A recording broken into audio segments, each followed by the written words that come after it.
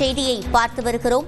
தாம்பரத்தில் மாணவி ஒருவருக்கு பாலியல் தொல்லை நடைபெற்ற அரசு விடுதியில் பாதுகாப்பு குறைபாடு உள்ளதாக தற்போது காவல்துறை அறிக்கையில் கூறப்பட்டிருக்கிறது. கூடுதல் விவரங்களை செய்தியாளர் சுரேஷிடம் கேட்கலாம். சுரேஷ், காவல்துறை அறிக்கையில் என்னென்ன கூறப்பட்டிருக்கின்றன?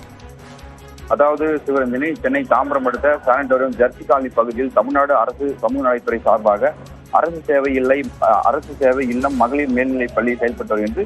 இதில் 128 பெண்கள் உள்ளனர். இந்த நிலையில் கடந்த 3 நாட்களுக்கு முன்பு திருக்கோவில் பகுதியை சேர்ந்த 13 சிறுமி சாண்டோரம் பகுதியில் உள்ள 8ஆம் வகுப்பு தங்கி படித்து வருகிறார். இந்த நிலையில் அவருக்கு பாலியல் தொல்லை கொடுத்ததாக அந்த காப்பகத்தில் உள்ள காவலாளி மேத்யூ என்பவரை நேற்று கைது செய்து அவர் மீது வழக்கு பதிவு செய்து சிறையில் அனுப்பி வைத்தனர். மேலும் இது குறித்து அங்கு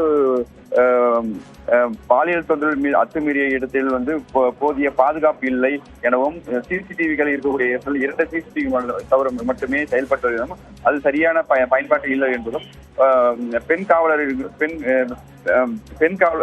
காவலர் இல்லாமல் ஆண் காவலர் மட்டுமே நியமிக்கப்பட்டு உள்ளதாகவும், காப்பகத்தில் பெரும் பாதுகாப்பு இல்லாத சூழ்நிலை இந்த சம்பவம் ஏற்பட்டுள்ளதும், இதை தீவிர விசாரணை மேற்கொண்டு வருவதாக போலீசார் தற்போது அறிக்கையான வெளியிட்டுள்ளனர். தொடர்ந்து மாத சங்கமும் இது குறித்து தற்போது போராட்டத்தில் ஈடுபட உள்ளனர். விவரங்களை வழங்கியமைக்கு நன்றி சுரேஷ்.